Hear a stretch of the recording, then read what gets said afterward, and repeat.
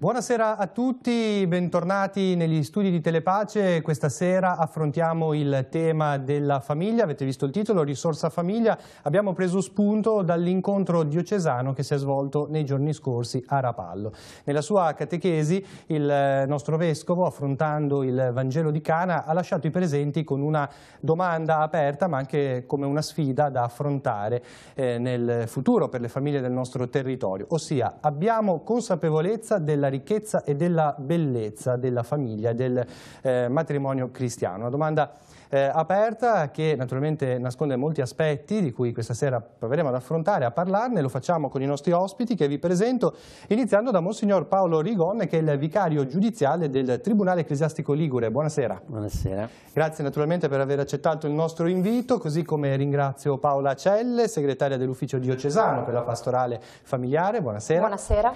Silvia Castagno della parrocchia di San Giacomo di Rupinaro a Chiavari.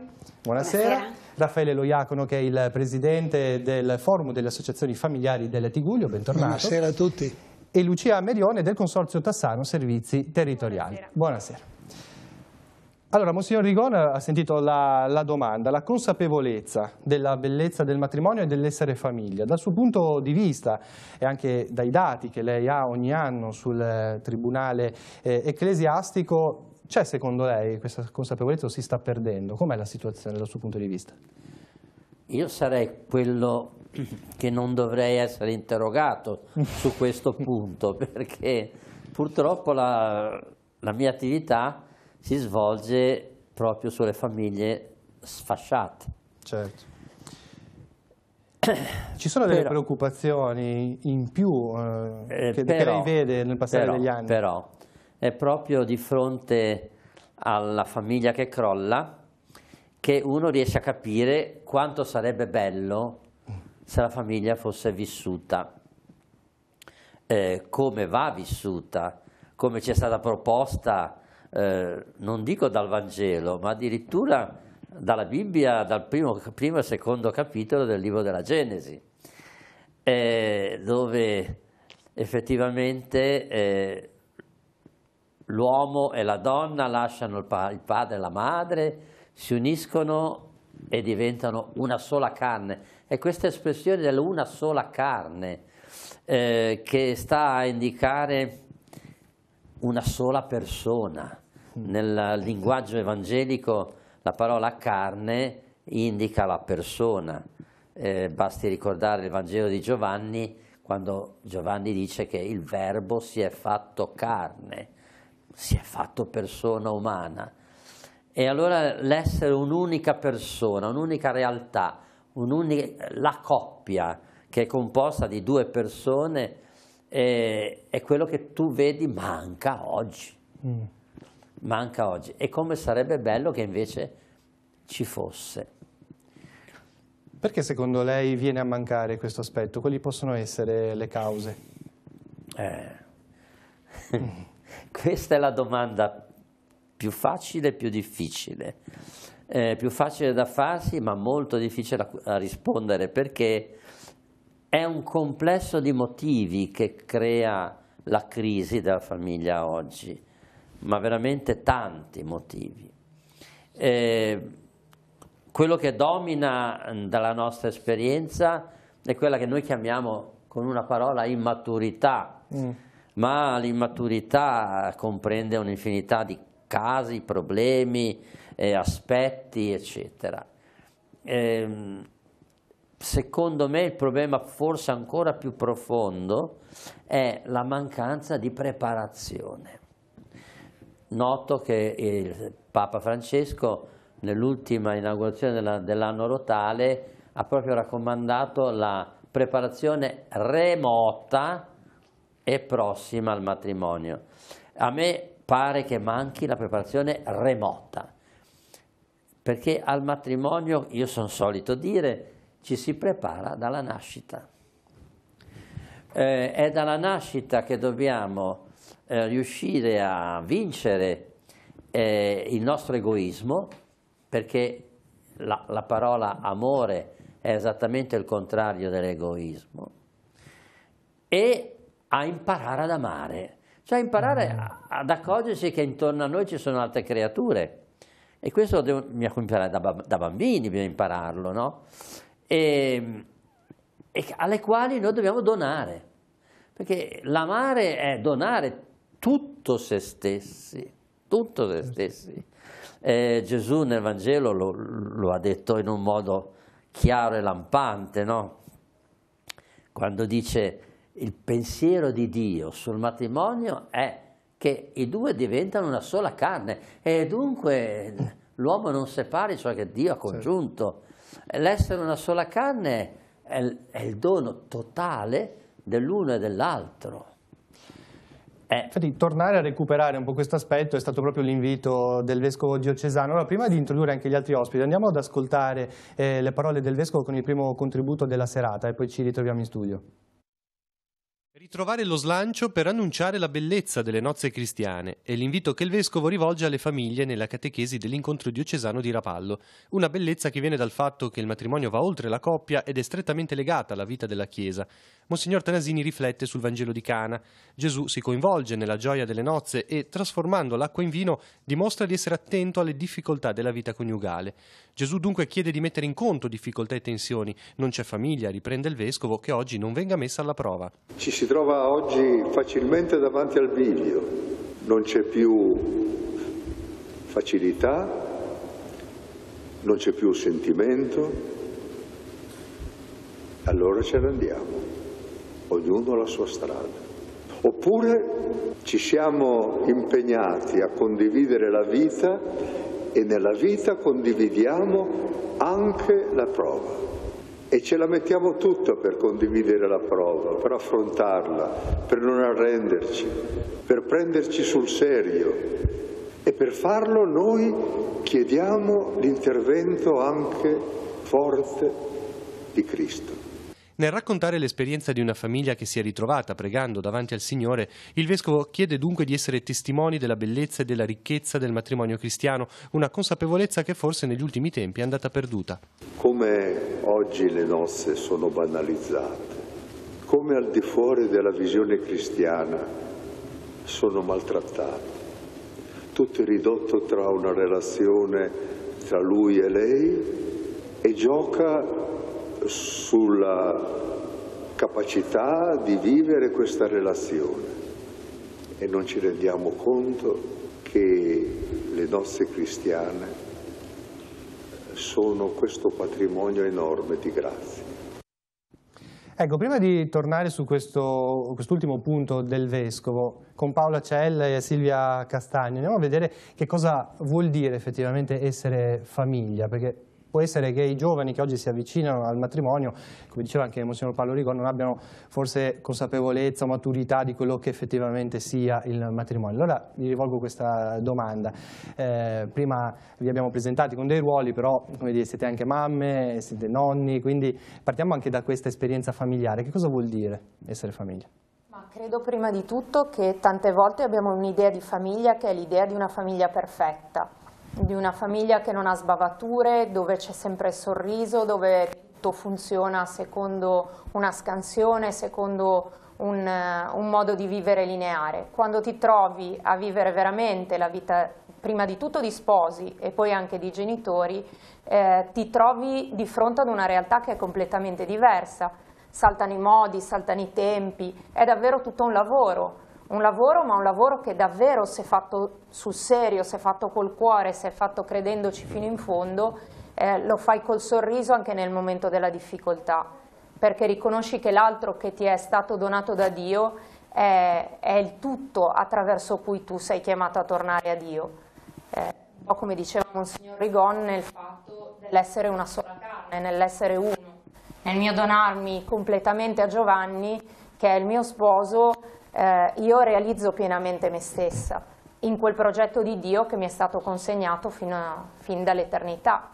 Chiede un investimento reciproco, certamente, di tempo ma anche di contenuti, diciamo, certamente, perché tante volte si pensa che una volta vissuto il momento del matrimonio il gioco sia fatto, ok, adesso siamo sposi, e invece di lì comincia tutto.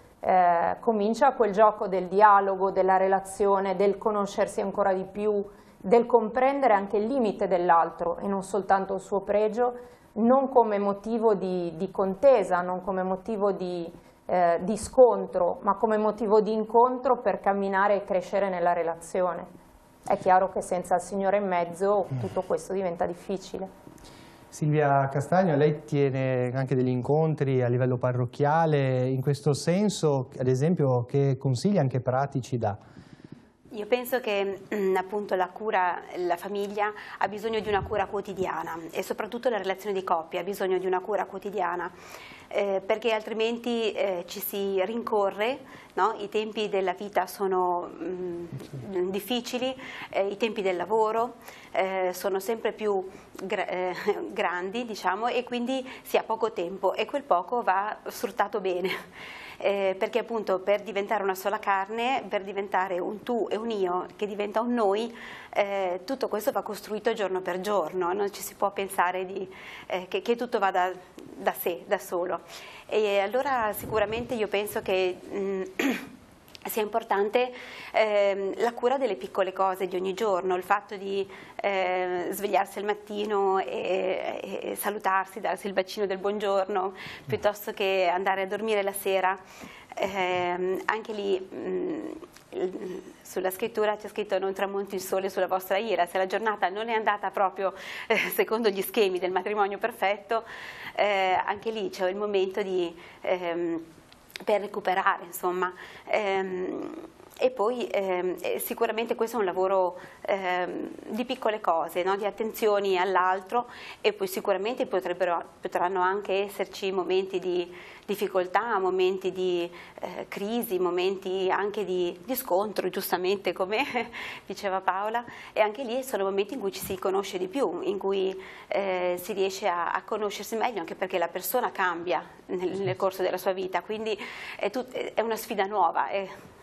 E quindi da affrontare. Probabilmente è anche giusto dire che il momento della tensione ci debba essere in una vita coniugale ed è quello che permette probabilmente di crescere, ma in una società di oggi dove invece sembra tutto volto alla perfezione, che sia insomma fatto tutto bene, lo Iacono, lei che è anche un osservatorio sulle famiglie del territorio, che rischio c'è in questo, nel voler vedere appunto l'appuntamento al matrimonio, quindi poi alla famiglia come qualcosa che debba essere perfetto per forza? Beh, direi che l'intervento di Monsignor Rigon ha centrato il problema.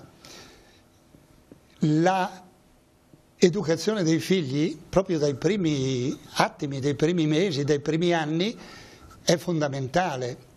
Allora lì viene fuori l'esempio dei genitori. Qui c'è da ricordare una cosa: la parola di Dio. Nulla è impossibile a Dio. Allora è evidente che noi andiamo incontro a delle sfide, a delle cadute, a degli errori, a delle difficoltà, ma l'importante è ricordarsi che noi cristiani, che dovremmo annunciare la buona notizia del matrimonio ai figli, cominciando dai figli, dobbiamo ricordarci che sul nostro matrimonio c'è il segno del sacramento, cioè lo Spirito Santo è sceso, è stato detto, è in mezzo a noi mediante il suo Spirito, per cui è uno Spirito che ti aiuta a perdonare, a comprendere, a relazionarti. Quindi quando la famiglia, e parlo di quella cristiana, non è annuncio della buona notizia, è evidente che gli alberi che cadono e fanno un rumore enorme, Monsignor Rigon è in mezzo ad alberi che cadono, non si vedono più invece i fiori e gli steli d'erba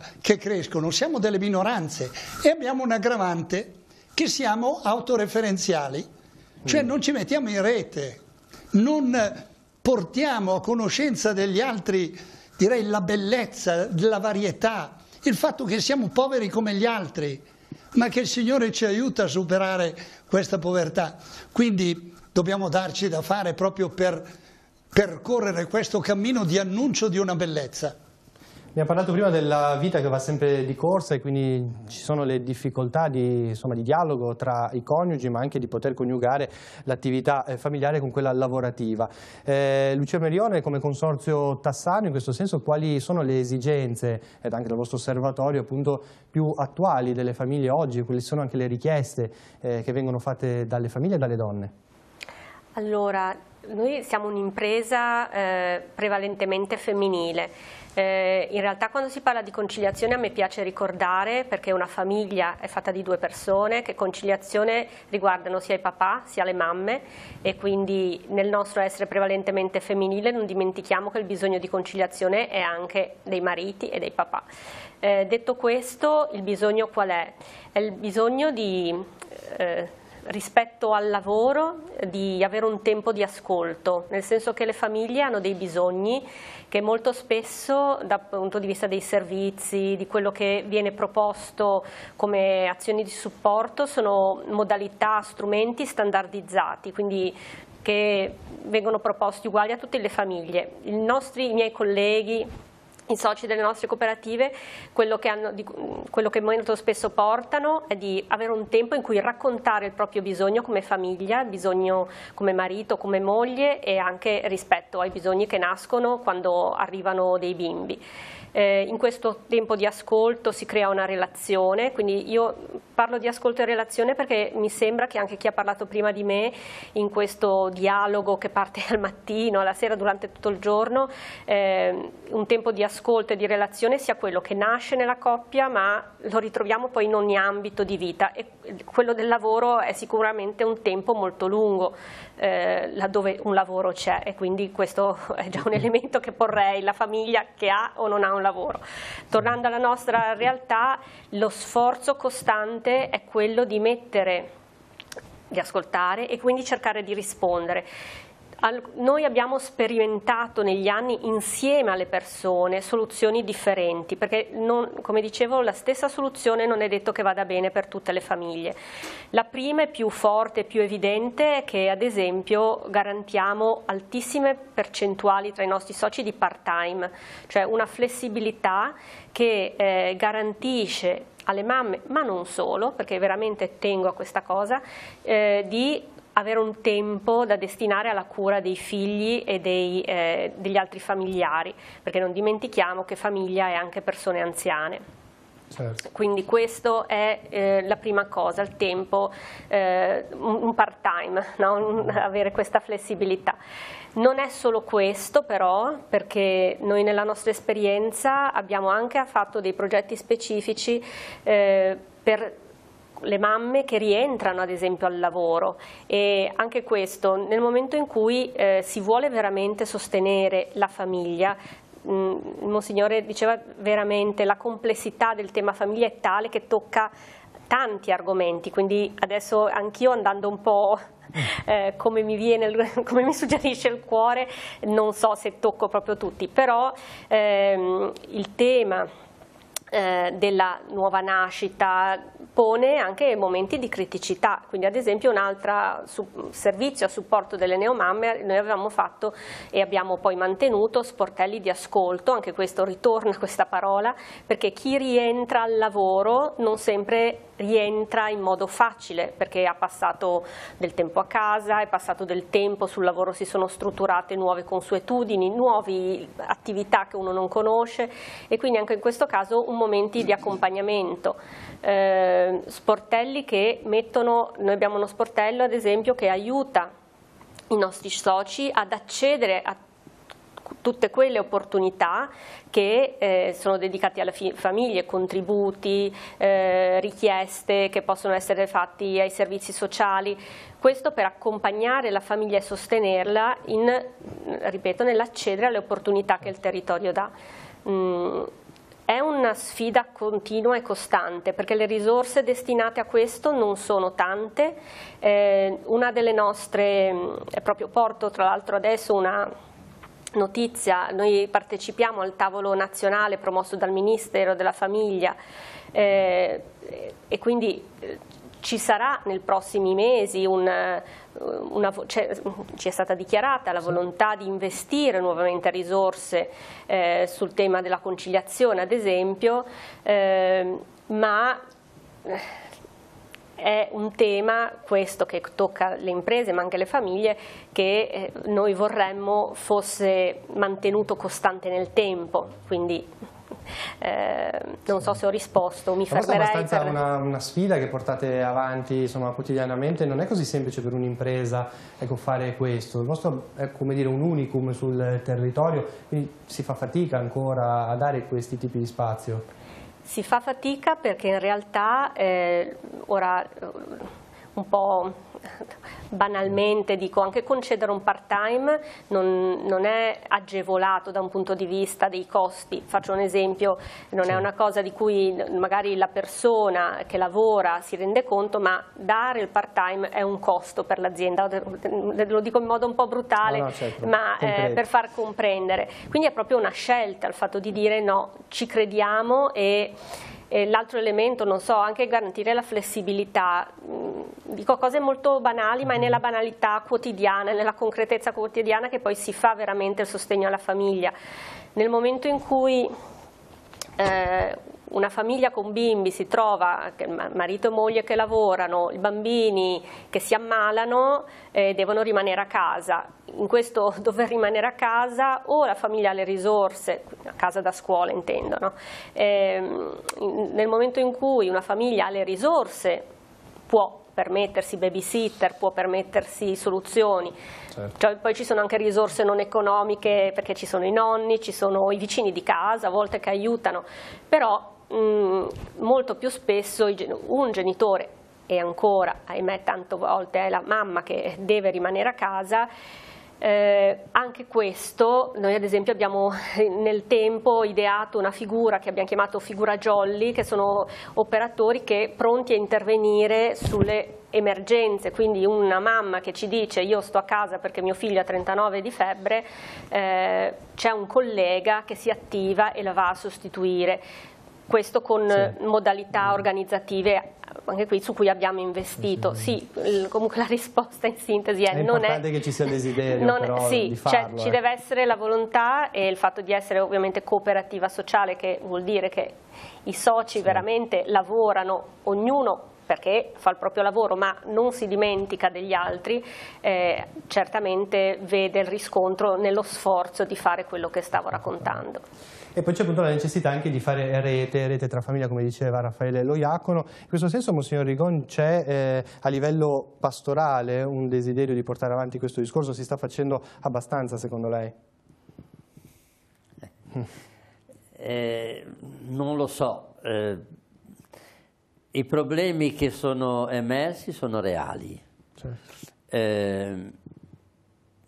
Fino a che punto a livello pastorale, quindi di chiesa, riusciamo a fare qualche cosa, per me è un punto interrogativo. Ci sono queste iniziative e ben vengano.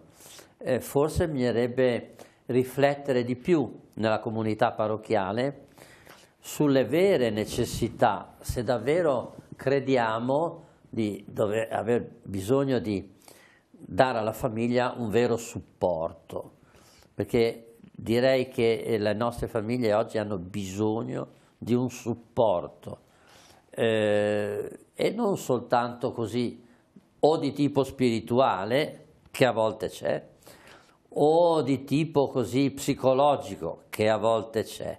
È proprio un problema di carattere pratico, no?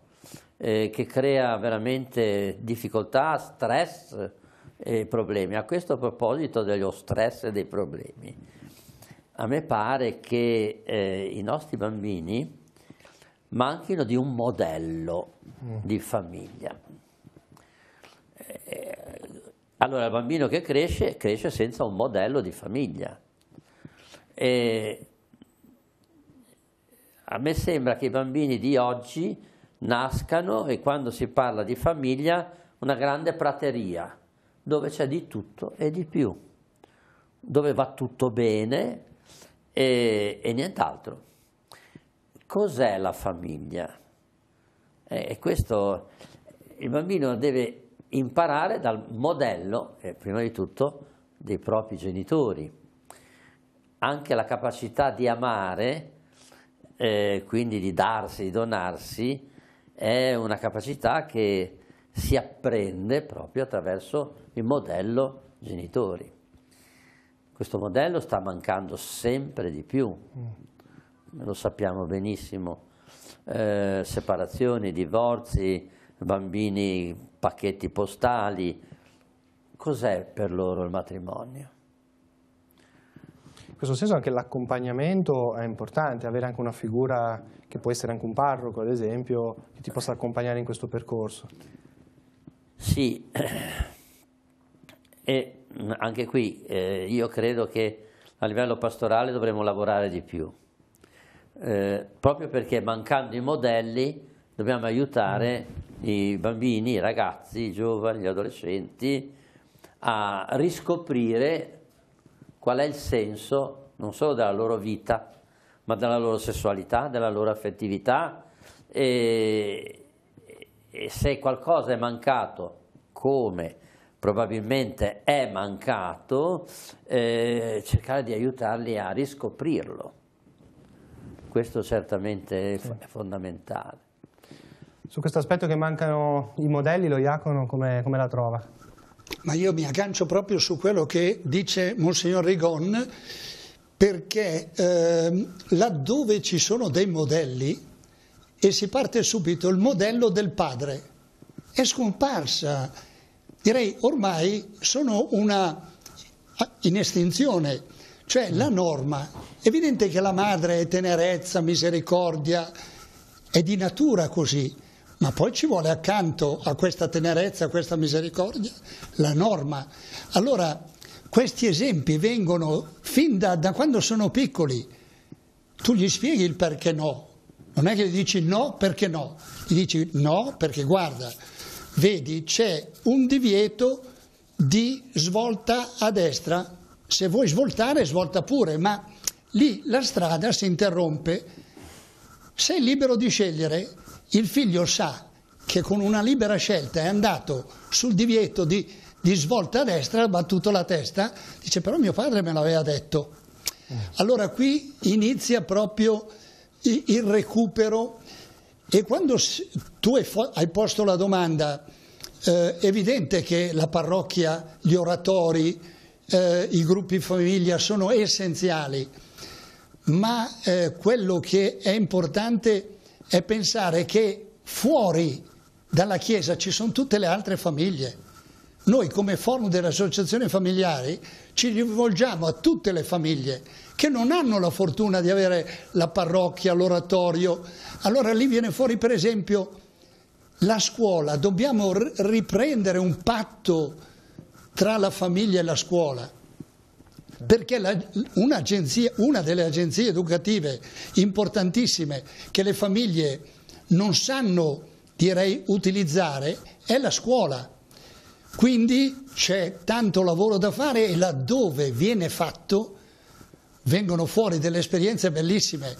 Sul lavoro le ha raccontate Lucia, ma anche su questo piano ci sono delle esperienze bellissime. Vanno fatte conoscere perché danno speranza. Abbiamo bisogno di speranza. Sulle difficoltà per i genitori, come lei stava dicendo prima, andiamo a ascoltare l'intervista che abbiamo realizzato, Don Luca Sardella ha realizzato nei giorni scorsi sempre a Rapallo al pedagogista Novara che ha incontrato appunto le famiglie. Sentiamo cosa è emerso. Spesso si confonde educazione del figlio con conservazione del figlio, ma è sempre così necessario iperproteggere i propri bambini? Beh, è partita una generazione di genitori iperapprensivi, iperaccudenti, e anche una generazione che in qualche modo ha avuto problemi con la propria infanzia, perché improvvisamente negli anni '80 ci siamo ritrovati con un'infanzia poco infantile, dove i bambini hanno incominciato a non giocare più, a non avere più il gruppo spontaneo dei bambini, a non stare più nella natura. E in altre parole è una generazione di genitori che, come dire, fa fatica, ecco, a vivere questa esperienza educativa, fa fatica, come dire, anche a accettare che i bambini siano semplicemente bambini. C'è un po' di fragilità, i genitori non vanno mai colpevolizzati e viceversa vanno aiutati, proprio perché la gestione dei figli è una responsabilità non solo loro ma di tutta la comunità. In un contesto culturale nel quale sono finiti i padri ed è iniziato il regno dei pari, quali attenzioni pedagogiche è necessario riscoprire nella relazione genitori-figli? Bisogna mantenere la distanza, ecco, la promiscuità è pericolosa, i figli non possono fare la vita dei genitori, i genitori non possono fare la vita dei figli, occorre mantenere una distanza che permette ai figli di vivere le loro esperienze e ai genitori di mantenere il loro ruolo. Non va dimenticato che i figli hanno bisogno dell'autorità dei genitori e questa di certo non si crea né si rafforza se i genitori vogliono essere amici dei figli. Bisogna che i figli, gli amici, se li cerchino fra i loro coetanei e assolutamente smettano di cercarli fra i genitori. Insomma, il genitore è un riferimento, una responsabilità educativa e non può essere considerato alla pari con i propri figli. Rieccoci in studio. Ecco, potremmo dire, Monsignor Rigon, che alla base, a monte dei problemi di cui abbiamo parlato, proprio nella capacità di saper affrontare bene la vita di coppia, ci sia una deresponsabilizzazione, quindi, come dire, proprio la presenza di genitori che nel corso dell'infanzia e dell'adolescenza sono stati, come diceva anche Novara, iperprotettivi, quindi sempre molto presenti, non li hanno lasciati crescere. Sì, questo è uno degli aspetti della immaturità, no? I nostri bambini si sono abituati a non essere responsabili, perché viene loro tolto ogni problema, ogni ostacolo, ogni difficoltà. Non so poi per quale principio, perché non esiste un principio educativo che dica devi togliere tutte le castagne del fuoco dei tuoi figli. Sembrerà strano, ma questo atteggiamento che i genitori hanno nei confronti dei bambini è un atteggiamento iperprotettivo, ma anche deresponsabilizzante, fa sì che il bambino cresca senza doversi assumersi proprie responsabilità. Ora, nel matrimonio bisogna assumersi le proprie responsabilità, ma non tanto, questo è pacifico, perché la famiglia va mantenuta, perché c'è da pensare alla casa, c'è da pensare alla salute, eccetera. Per carità, non parlo di questo, ma parlo della capacità di saper affrontare le difficoltà di ogni giorno responsabilmente. E invece no, non c'è questa capacità. Ci vuole tutta che ci sia nel lavoro, ma molto difficile nella famiglia. E quando nascono le difficoltà, nascono i problemi, ma i problemi di coppia, proprio perché non ci se la fa. Ma non ci se la fa perché non siamo stati abituati alla responsabilizzazione. Quindi questo momento educativo del bambino che cresce è un momento fondamentale per far capire che la vita presenta grosse difficoltà e tu responsabilmente le devi affrontare. E non perché sei maschio, non perché sei uomo. La mascolinità, come giustamente è stato sottolineato, rappresenta un pochino la rigidità, rappresenta la legge, eccetera. ma la mascolinità comporta davvero anche la capacità di affrontare col coraggio, no, i problemi, ma questo vale anche per la femminilità, non è da meno il saper responsabilmente affrontare i problemi che si affacciano via via ogni giorno, anche con la ricchezza della femminilità, che è la dolcezza, che è tutto quello che vogliamo, è la misericordia, è l'immagine di tutto questo, però è anche fermezza, è anche fermezza. Questa non c'è tanto nella vita coniugale, ecco. Sentiamo magari una testimonianza anche proprio di vita coniugale, partendo proprio da Silvia Castagno. In famiglia come si può portare questa responsabilità ai ragazzi? Ad esempio nel suo caso come fate e quali sono i consigli pratici, se ci sono?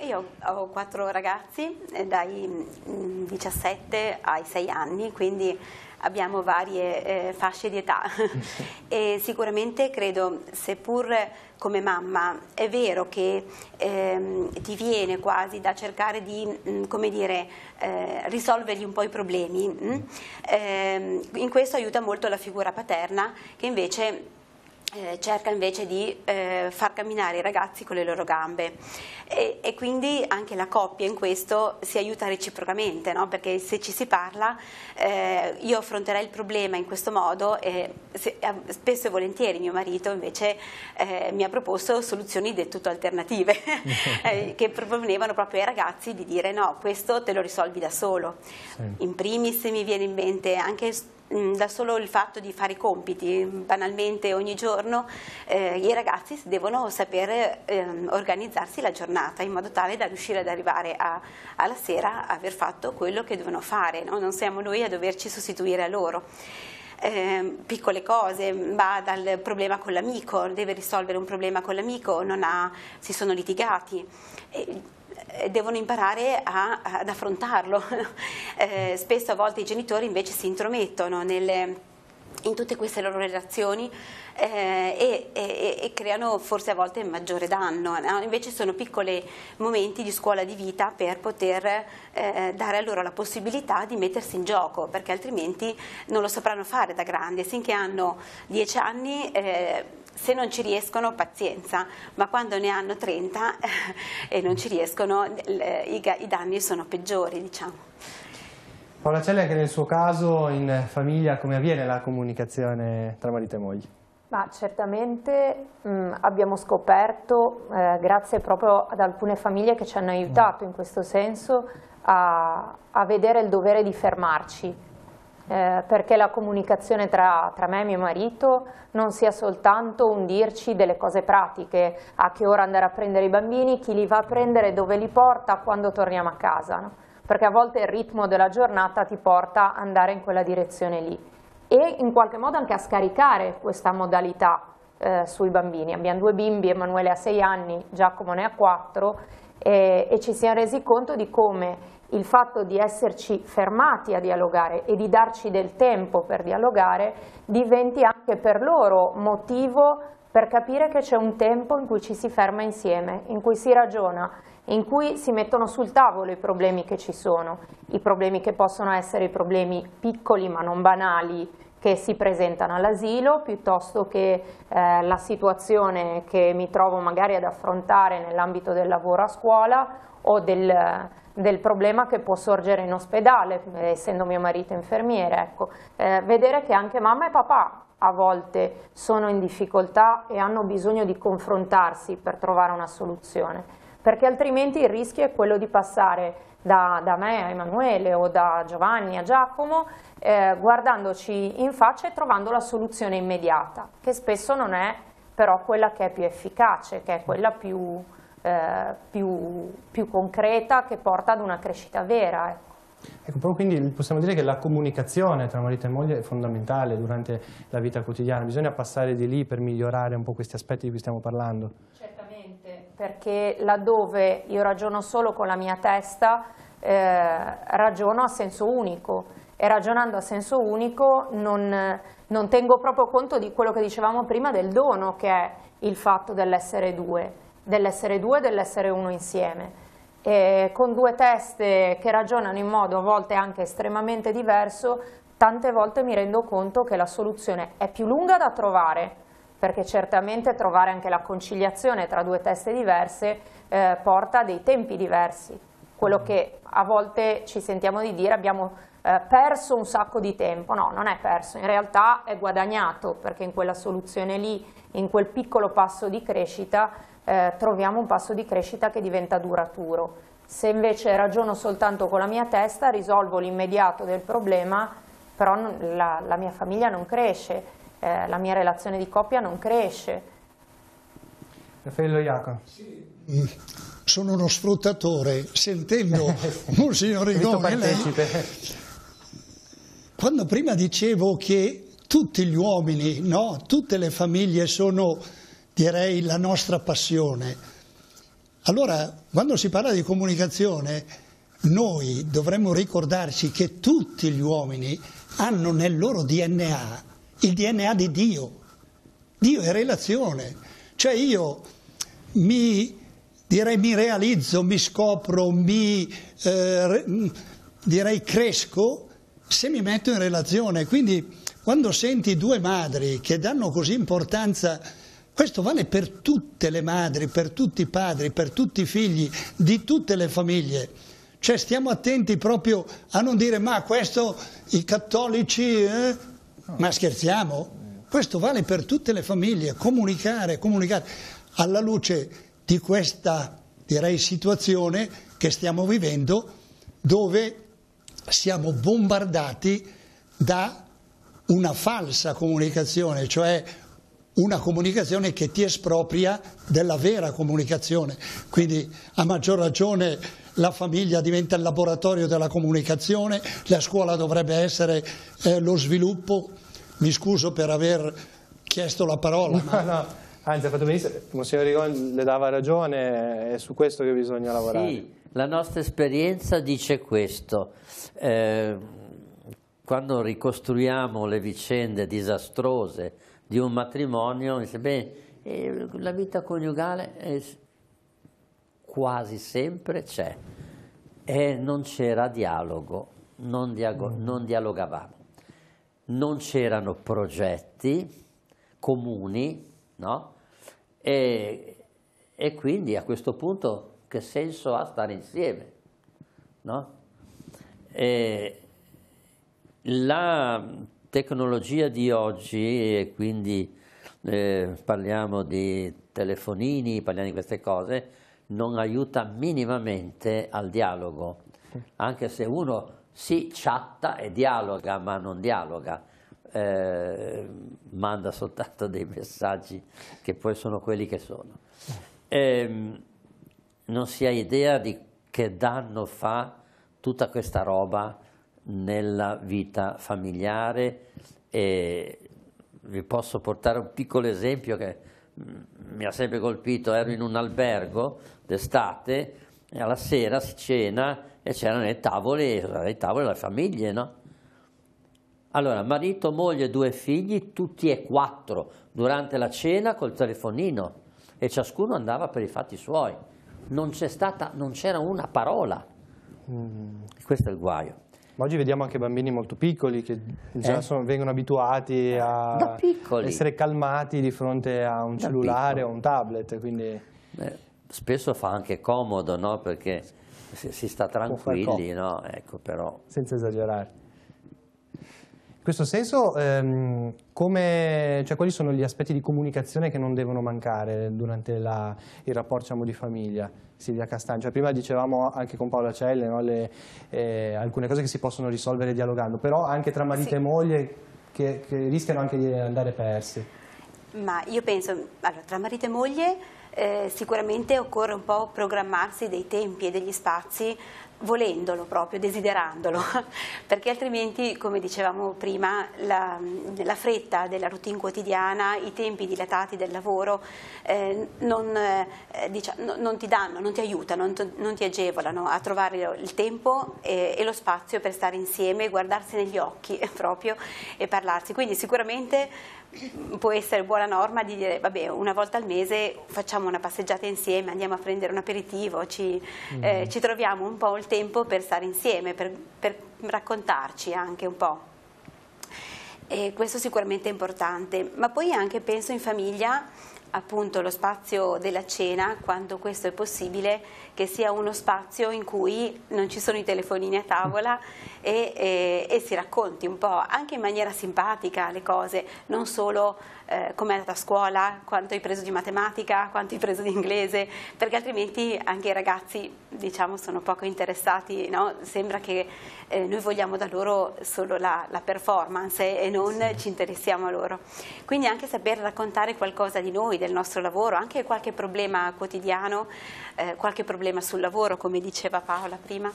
E quindi insomma mi sembra che sia uno spazio da salvaguardare proprio, da tenersi in stretto, diciamo.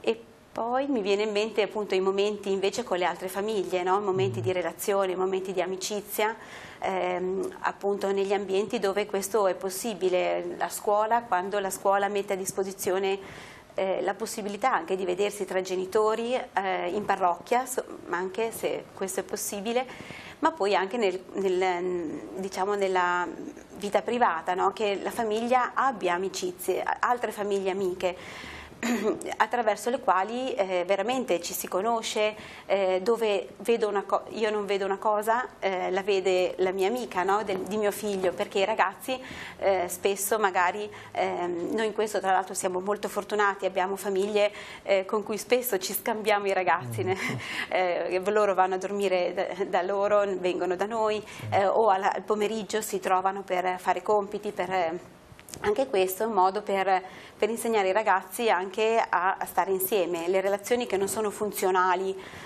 ma sono vere, no? Sono relazioni in cui io sono me stesso e l'ambiente di famiglia è quello privilegiato per crearle. È importante, penso, anche la condivisione. In questo senso Paola Celli ci vuole raccontare anche la sua testimonianza di rapporto con suo marito, dei vostri cammini che sono diversi. Sì, cammini diversi, ma cammini che ci rendono davvero uno, nel senso che fin da quando Giovanni è arrivato in Liguria custodiva il desiderio del diaconato permanente, dopo un discernimento già fatto in un'altra diocesi dove lui viveva, ed è stata una delle primissime cose che lui ha condiviso con me nel momento in cui abbiamo iniziato a frequentarci, prima come amici e poi in un rapporto di coppia. E questo ha accompagnato questi 7 anni di matrimonio, e di vita di famiglia. L'appuntamento per l'ordinazione diaconale sarà a giugno e questo ci interroga come coppia, perché se è vero che il sacramento lo riceve lui e il diacono sarà lui, però è altrettanto vero che il primo luogo di diaconato lo vive lui, ma lo viviamo insieme come coppia e come famiglia.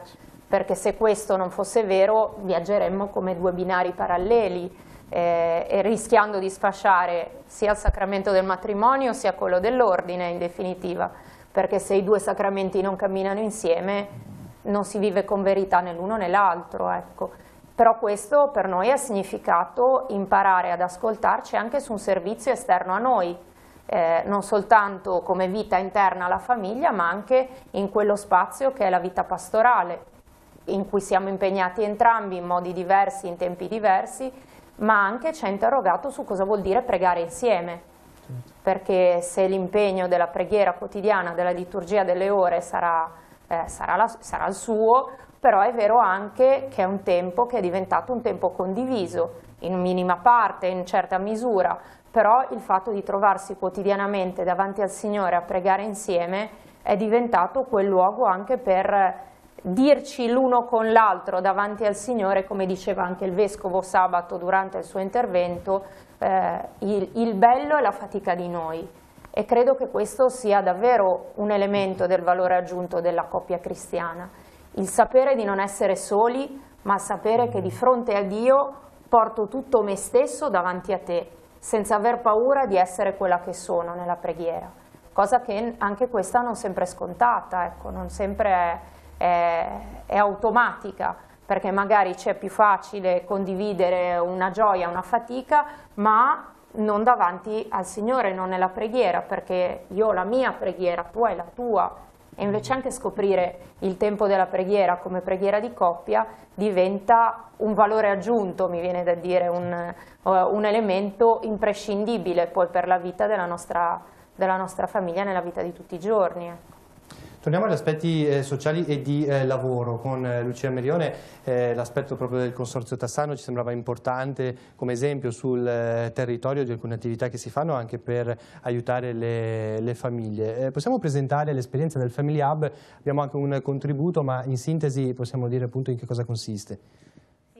Quando ci siamo sentiti con te, Maurizio, mi parlavi di strumenti, poi di concretezza, no?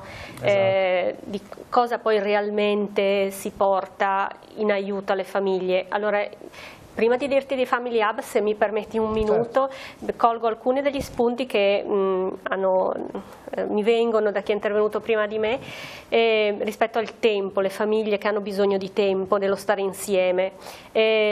Proprio adesso stiamo facendo, noi ahimè, siccome per la famiglia non ci sono finanziamenti costanti come sarebbe bene che ci fossero, noi in questi ultimi anni ci siamo impegnati tantissimo nel progettare, partendo dai bisogni che vivevamo, con l'intento di portare risorse sul nostro territorio a favore delle famiglie. Questo ha prodotto 3 belle cose che hanno dei nomi di progetto, ma che vivono in realtà di idee, di passione, di pensieri e collaborazioni che sono nate su questo tema.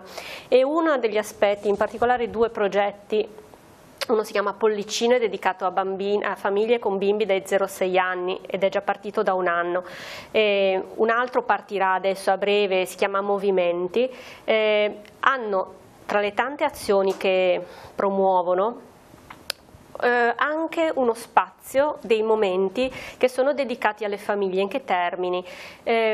Una delle cose che si dice, io sono una pedagogista e si parla sempre più, si parla di povertà educativa, del fatto che ci sono bambini che vivono in contesti familiari che non offrono ai bambini opportunità, ma non li offrono perché gli stessi genitori non vivono quell'opportunità, non per cattiveria o malanimo. E queste opportunità non sono altro che occasioni anche di relazioni con le altre famiglie, perché chi ha l'opportunità di mandare i bambini a una scuola di calcio, dico una cosa molto banale, ha già una ricchezza che non è dettata dal fatto di avere i soldi per pagare l'iscrizione, ma anche dal fatto che incontra altre famiglie che sono fuori dall'ambito scolastico, ha opportunità di creare relazioni che sono ricchezza. Allora, questi tempi non tutte le famiglie lo hanno, ci sono famiglie che vedono come momento sociale l'andare al centro commerciale. Noi nel nostro Tigullio in realtà non abbiamo tanti centri commerciali, questo è un bene o un male, per alcune famiglie è un male perché possono andare solo in alcuni, ma sorrido, ma è un sorriso che dice bisogna lavorare su questo.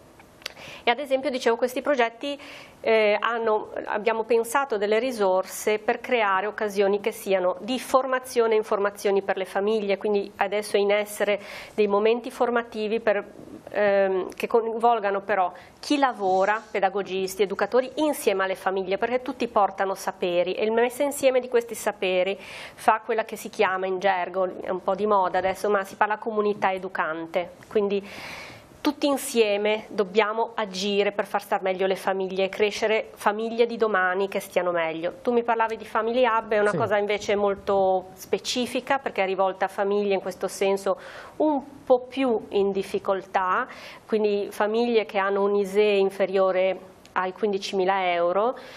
È un progetto che nasce da un bando promosso dalla Regione Liguria che vive dell'interessamento di tutti i comuni del Tigullio, di tutte le realtà che lavorano come cooperazione nel Tigullio sui temi della famiglia. E cosa promuove? Promuove una serie di servizi, perché le famiglie hanno bisogno di tante cose, non tutte diverse, lo dicevo, non tutte uguali, lo dicevo prima, e questo progetto prevede l'opportunità, faccio veramente dei piccoli cenni, l'opportunità di avere educatori gratis, percorsi con lo psicologo gratis, consulenze a vario titolo, consulenze legali, consulenze anche di amministratori, nel senso che a volte le famiglie quando affrontano problemi, parlo di consulenze legali ad esempio legate alla casa, cioè il non riuscire a pagare un affitto molto spesso genera un disastro a livello economico, ma anche tra la coppia, nella famiglia. Allora avere queste opportunità di avere consulenze gratuite che aiutino a uscire da momenti di difficoltà, contributi economici per iscrivere i bambini al corso di musica piuttosto che al corso di inglese, che al corso a ginnastica, a occasioni sportive. Questo con l'intento, tutte queste azioni, tutte insieme, con l'intento di andare a supportare le famiglie e a farle stare meglio. Questo è il senso del progetto Family Hub, poi i termini inglesi. Sì. Possiamo andare a vedere il contributo che avete realizzato, che si concentra proprio sul Family Hub, vediamo. Il progetto Family Hub si rivolge a tutte le famiglie con almeno un figlio minorenne a carico con un ISEE al di sotto dei 15.000 euro. Il progetto ha un'offerta molto ampia, si spazia da contributi economici come ad esempio il rimborso spese per attività sportive del proprio figlio, mette a disposizione anche consulenze gratuite sia individuali che di gruppo con professionisti come psicologi, pedagogisti e avvocati. Inoltre è possibile sempre gratuitamente attivare una figura educativa a casa per permettere al genitore di conciliare i tempi di vita e i tempi di lavoro. Viene offerta anche la possibilità di usufruire di laboratori artistici e culturali in spazi dedicati come ad esempio il Centro Famiglia Tiguglio e incontri dedicati genitore, mamma, bambino. Inoltre vengono proposti dei momenti formativi e informativi per le famiglie su tematiche appunto legate alla genitorialità. Per accedere è molto semplice, si deve prendere un primo appuntamento con un facilitatore che è presente nei comuni capofila del territorio del Tiguglio, quindi a Rapallo, a Chiavari e a Seste Levante. Esiste la figura di questo facilitatore e troverete poi in sovraimpressione i numeri di a Rapallo di Virginia, a Chiavari di Federica e a Seste Levante di Sergio.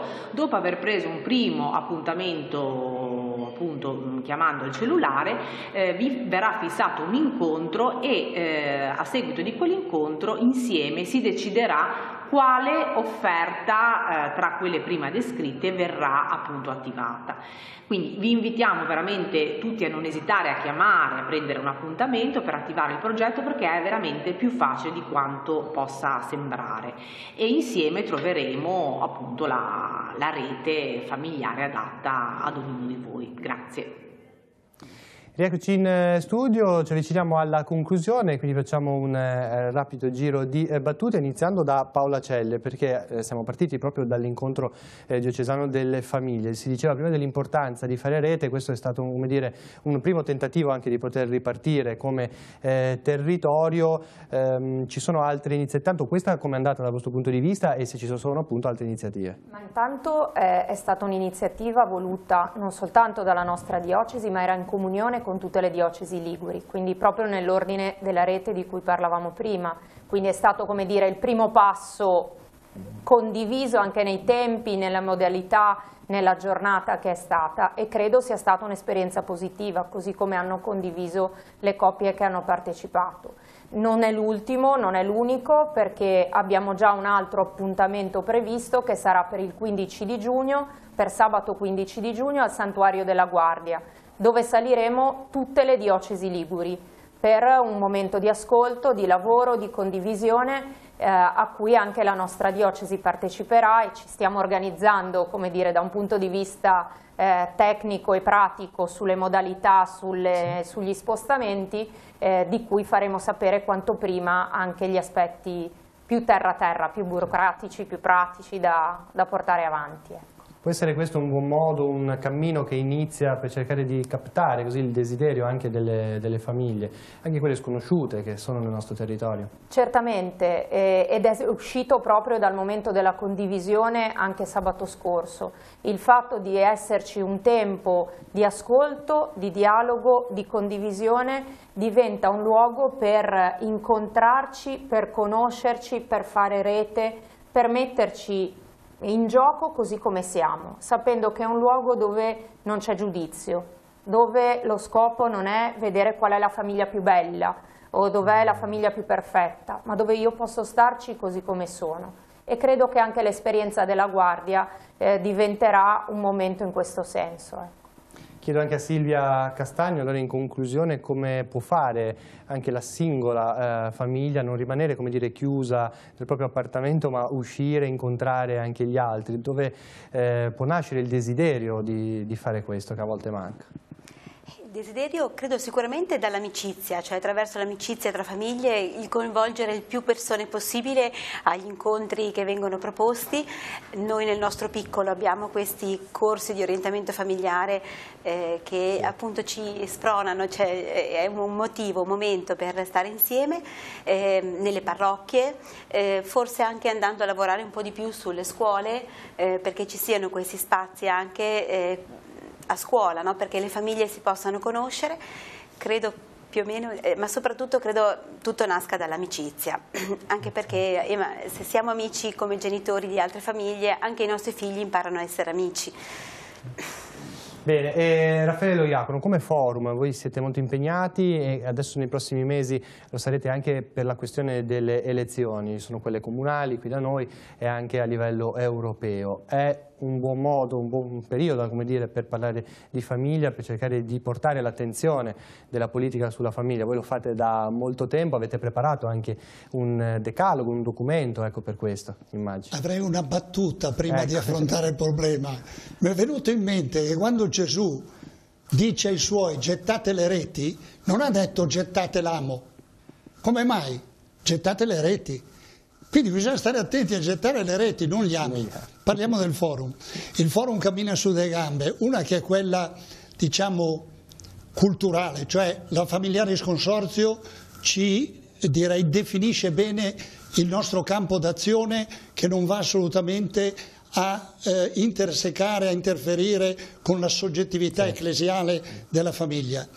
Noi ci occupiamo della soggettività sociale, ma abbiamo due gambe sulle quali camminare, una è quella culturale e quindi mettiamo in rete tutte le associazioni proprio perché quelle cose belle, fruttuose che stiamo facendo devono essere conosciute, devono circolare, devono coinvolgere. L'altro è quello di cui tu mi chiedi qualche, direi, flash.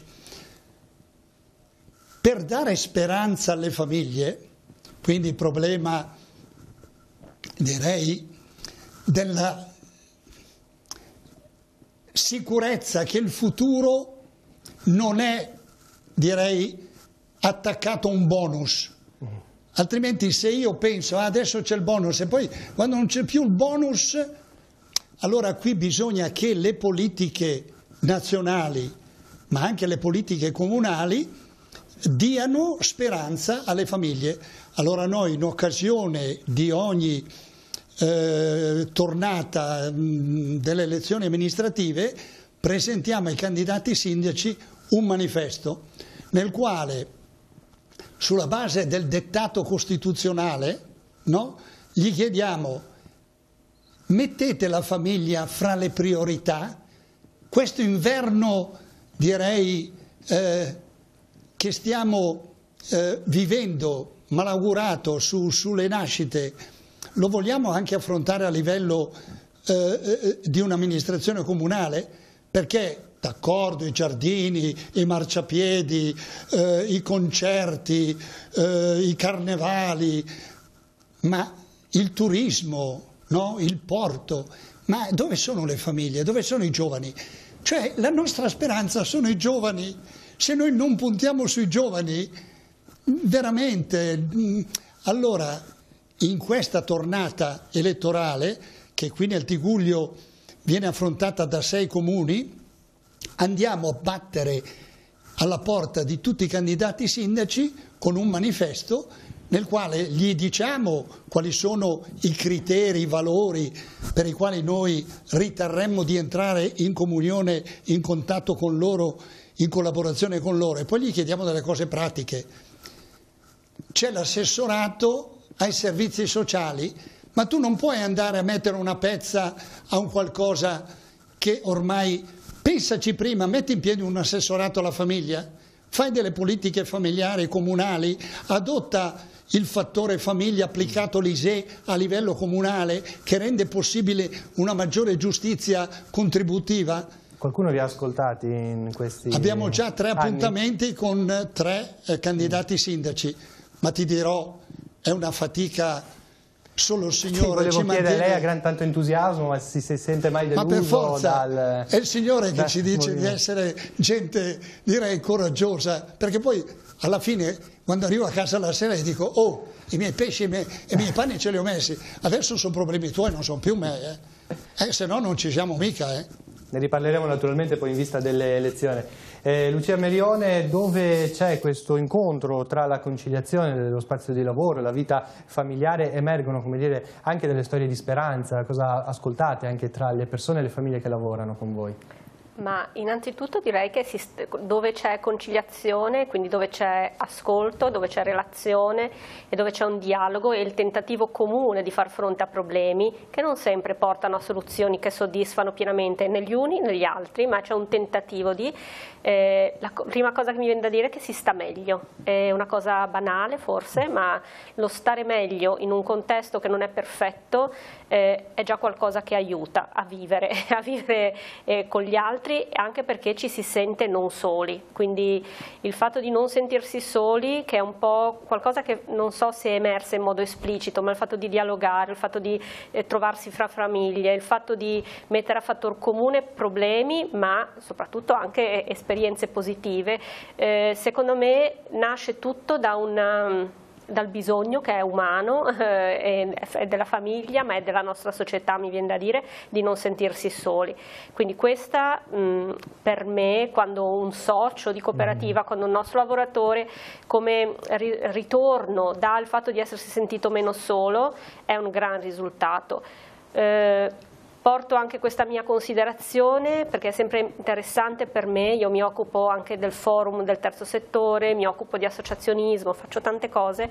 Una delle cose che mi incuriosisce sempre e che anche mi fa sperare sempre più che riusciremo a ottenere poi qualcosa di buono per la nostra comunità è il non dimenticarsi mai che ci sono tante persone che lavorano e pensano a far star meglio le famiglie e si sforzano di creare occasioni. Il mio desiderio sarebbe, e questa per me è già stata un'opportunità, il conoscersi di più per mettere a fattor comune tutto il lavoro che sul nostro territorio viene fatto in tal senso. Bene. Concludiamo con Monsignor Paolo Rigone. Abbiamo iniziato con le preoccupazioni, gli aspetti negativi, allora le chiederei invece quale può essere in conclusione un messaggio di speranza per le nostre famiglie oggi. Ma più che un messaggio di speranza mi piacerebbe offrire un metodo, un metodo per vivere la coppia. Amare vuol dire cercare il bene della persona amata. E già questo è un concetto che andrebbe vissuto. E allora io dico, quando al mattino ci si sveglia, ci si gira e dice, questo oggi è mio marito, questa oggi è mia moglie. Oggi vivo per lui, oggi vivo per lei, oggi cerco il suo bene. Io penso che, indipendentemente da ogni principio di fede, questo possa essere, diciamo, il metodo umano per far crescere la vita di coppia. Ma su questo impegno, oggi vivo per lui, oggi vivo per lei, oggi cerco il suo bene, c'è la grazia di Dio, il sacramento del matrimonio.